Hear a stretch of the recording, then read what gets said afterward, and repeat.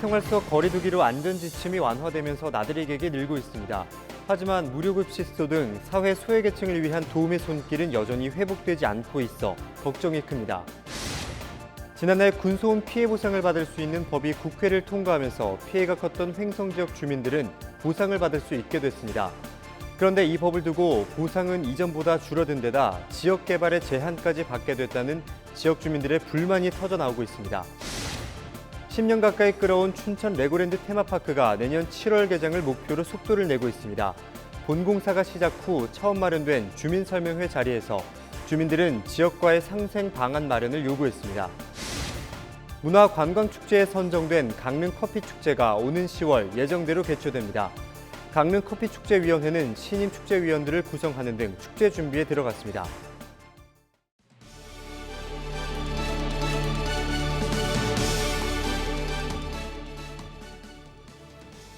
여러분 안녕하십니까? 헬로티비 뉴스 강훈입니다.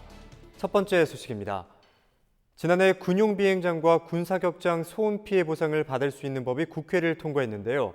수십 년 동안 소음 피해를 입은 주민들이 민사소송 없이 보상을 받을 수 있게 됐습니다. 그런데 이 법을 두고 지역에서 반발이 나오고 있습니다. 어떻게 된 일일까요? 김선아 기자가 취재했습니다.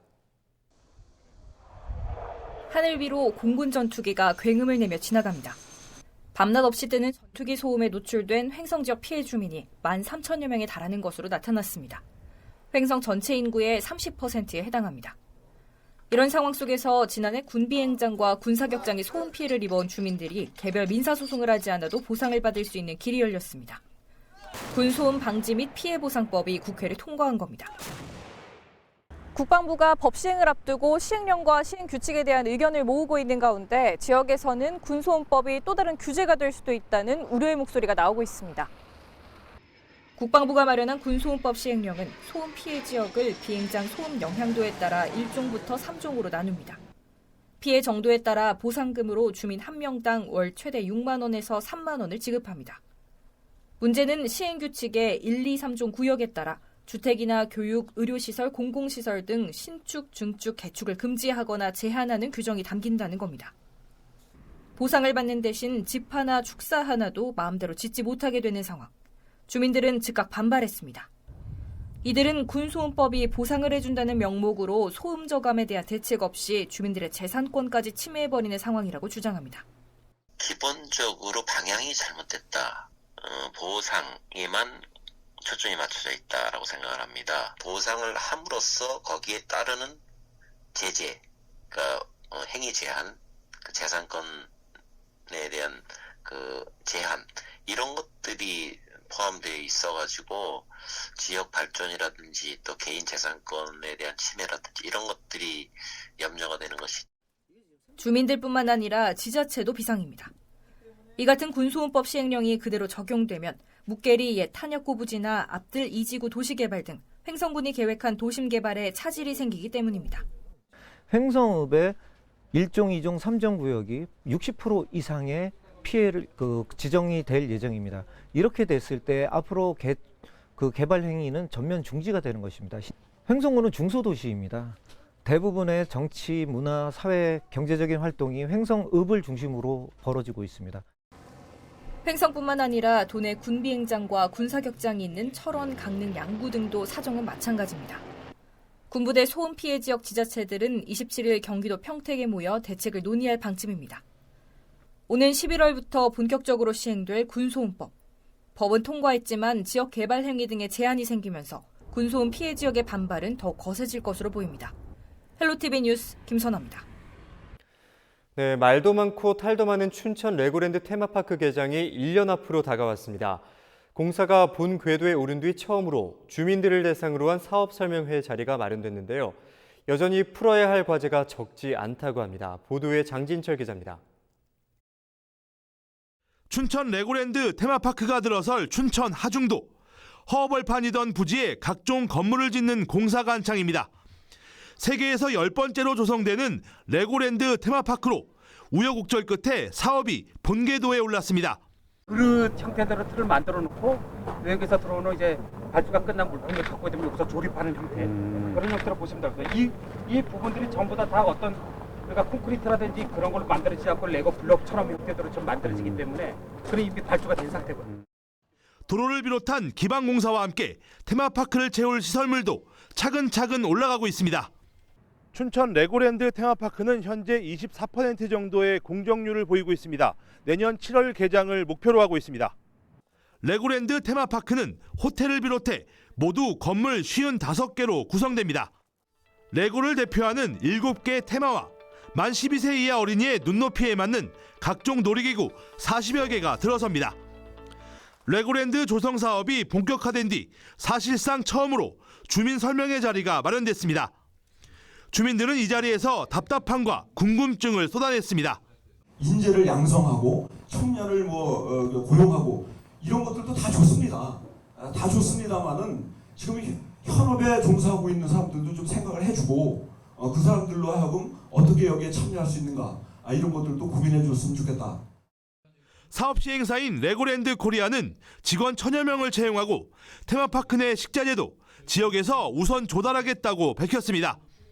미국 플로리다 테마파크가 5년간 1조 원의 경제적 파급 효과를 냈고 말레이시아에서는 테마파크를 중심으로 신도시가 조성됐다고 강조합니다. 춘천 레고랜드도 지역사회와의 파트너십을 통해 동반 성장하겠다는 얘기입니다. 도와 시와 또 행정적으로 소위 이제 마스터 플랜이라는 청사진을 갖고 앞으로 향후 이 지역뿐만 아니라 더 나아가서 춘천을 어떻게 개발할 것인지에 대한 그런 구상을 저희가 함께 논의할 때 저희가 그러면 저희 기여할 부분이 있는지에 대해서 함께 이제 노력할 것입니다. 이날 주민 설명회에서는 주기적인 공사 진행 상황 공개와 교통량 증가에 따른 지자체의 도로 확충 계획에 대한 요구도 나왔습니다. 세계에서 10번째로 건설되는 춘천 레고랜드 테마파크. 개장까지 1년 남짓 남았습니다. 지역 발전에 희망이 될지 아니면 또다시 골칫거리로 전락할지 시민들의 기대와 우려는 여전합니다. 헬로티비 뉴스 장진철입니다. 생활 속 거리두기로 안전수칙이 완화되면서 시민들의 야외 활동이 늘고 있습니다.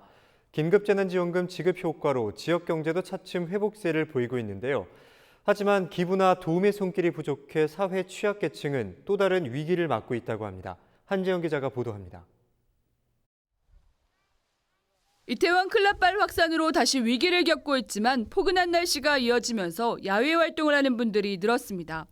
생활 속 거리두기로 안전수칙이 완화되고 재난지원금까지 지급되면서 관광지를 찾거나 외식을 하는 등 소비도 증가했습니다. 하지만 초유의 집단 감염병 사태로 사회 취약계층은 또다시 위기를 맞았습니다. 춘천의 한 무료급식소는 감염 확산을 막기 위해 한 달가량 문을 닫고 도시락 배달로 대체했습니다. 최근 다시 운영에 들어간 뒤에는 마스크를 나눠주고 이용객들이 마주보지 않도록 식탁을 배열하는 등 방역과 예방을 강화했습니다. 그때는 너무 우울하고 아주 사는 게 아주 고역이죠. 선생님이 맛있게 해줘서 너무 맛있어. 옛날에는 마주보고 먹고 그랬는데 지금은 이렇게 딱딱 이렇게 떨어지면서 이렇게 그래도 뭐 맛있게 봐.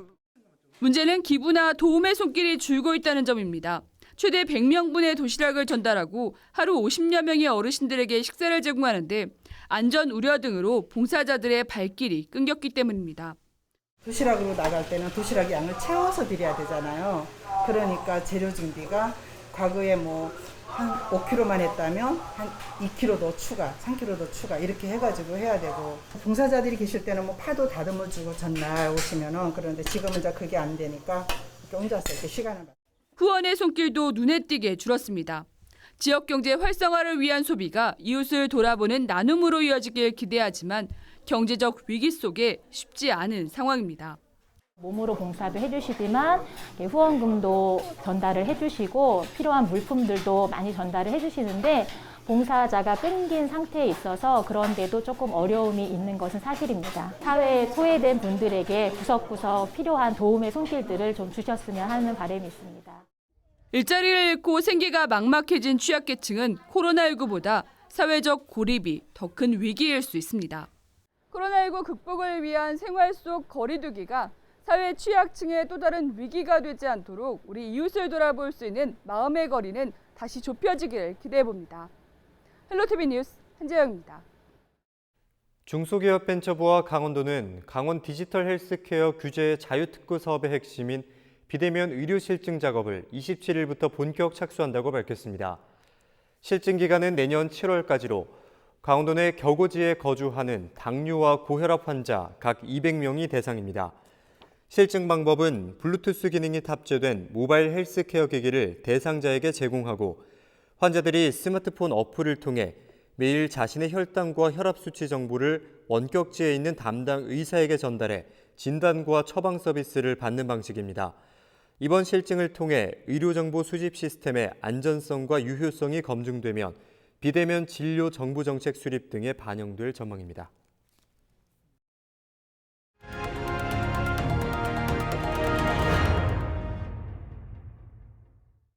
다음 뉴스입니다. 문화관광축제에 선정된 강릉커피축제가 10월 예정대로 추진됩니다.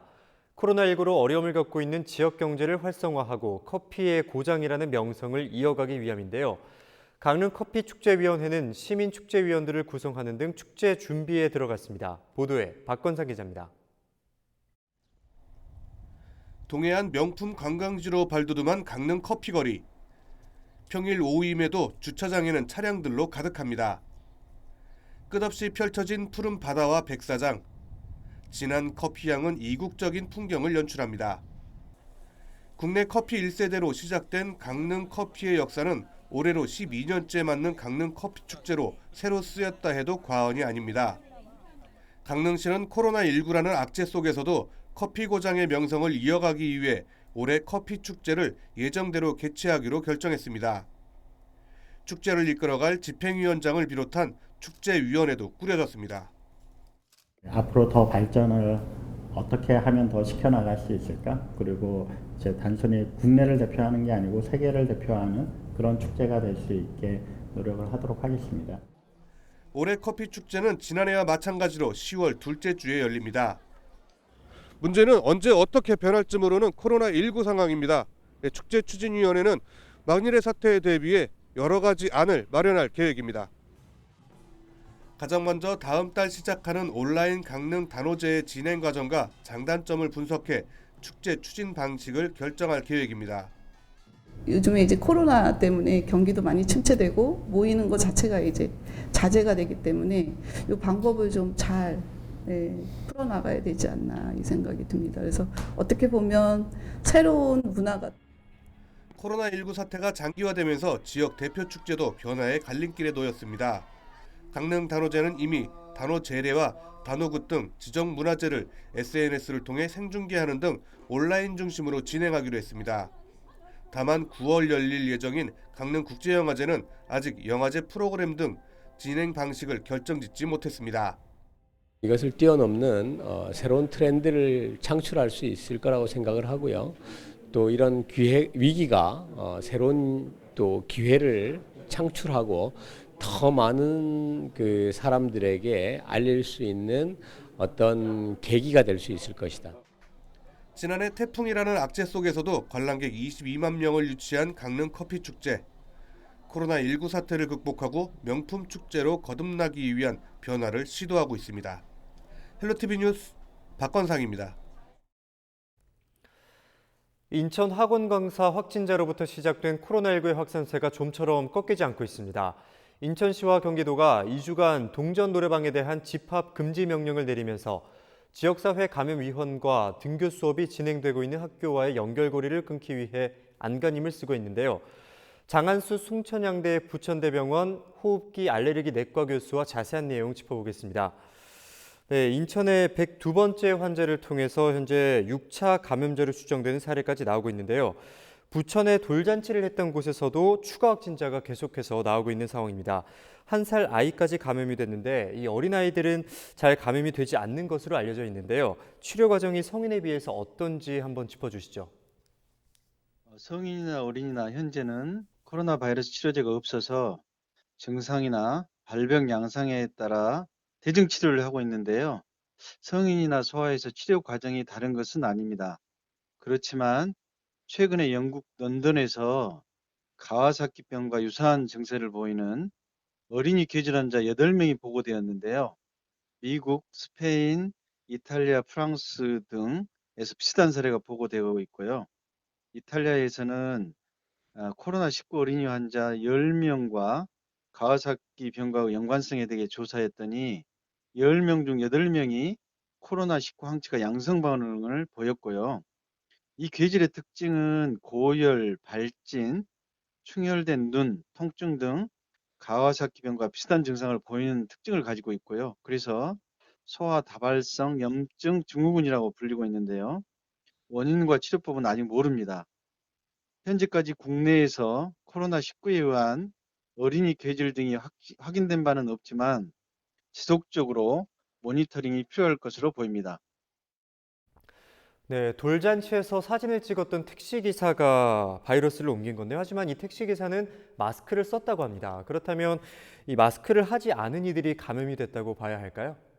예, 사진 찍었던 그 택시 기사분이 마스크를 썼지만 돌잔치가 이제 좋은 날이라 같이 음식을 먹으면서 감염되거나 또는 좁은 공간에서 마스크를 밀착하여 쓰지 않아서 바이러스를 타인에게 감염시켰을 가능성이 있다고 보여집니다. 네, 이 택시기사는 문제가 되고 있는 동전 노래방에서 감염이 된 것으로 알려져 있습니다.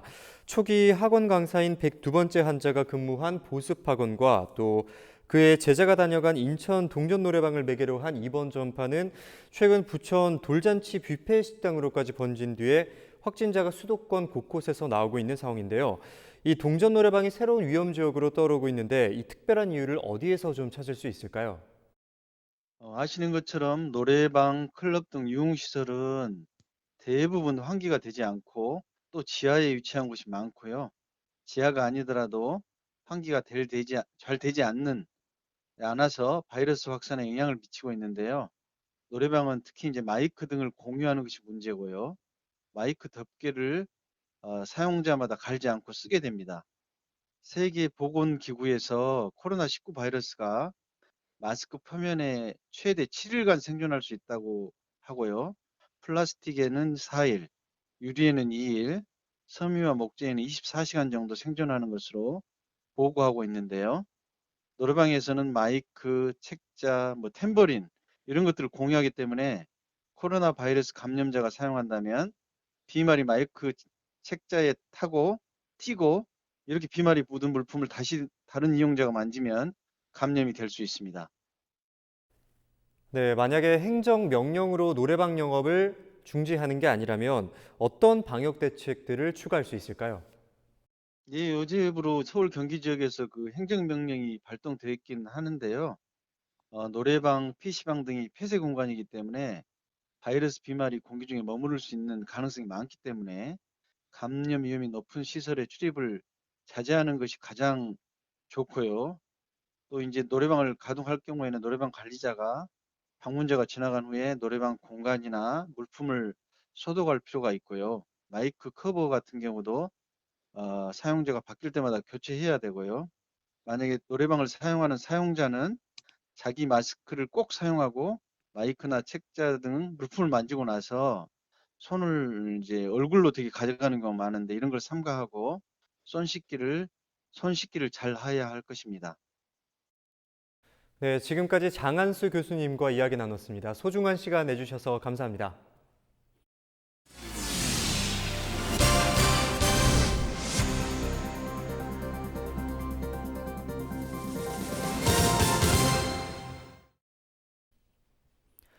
강원도교육청이 사립유치원 3, 4월 수업료의 50%를 지원한다고 밝혔습니다.